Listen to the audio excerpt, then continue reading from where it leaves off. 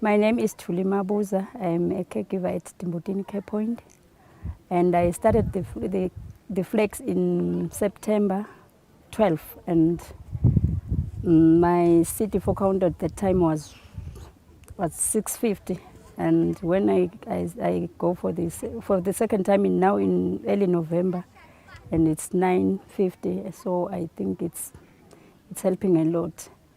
And usually when I start bleeding, I used to have the numbness, but now this month when I bleed, the numbness was not like before, so it's better than before.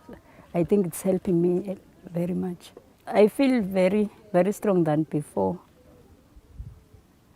I think it's helping me. I recommend that everyone must take the Flax so that they can gain the energy. We are very happy to those who are donating it for us.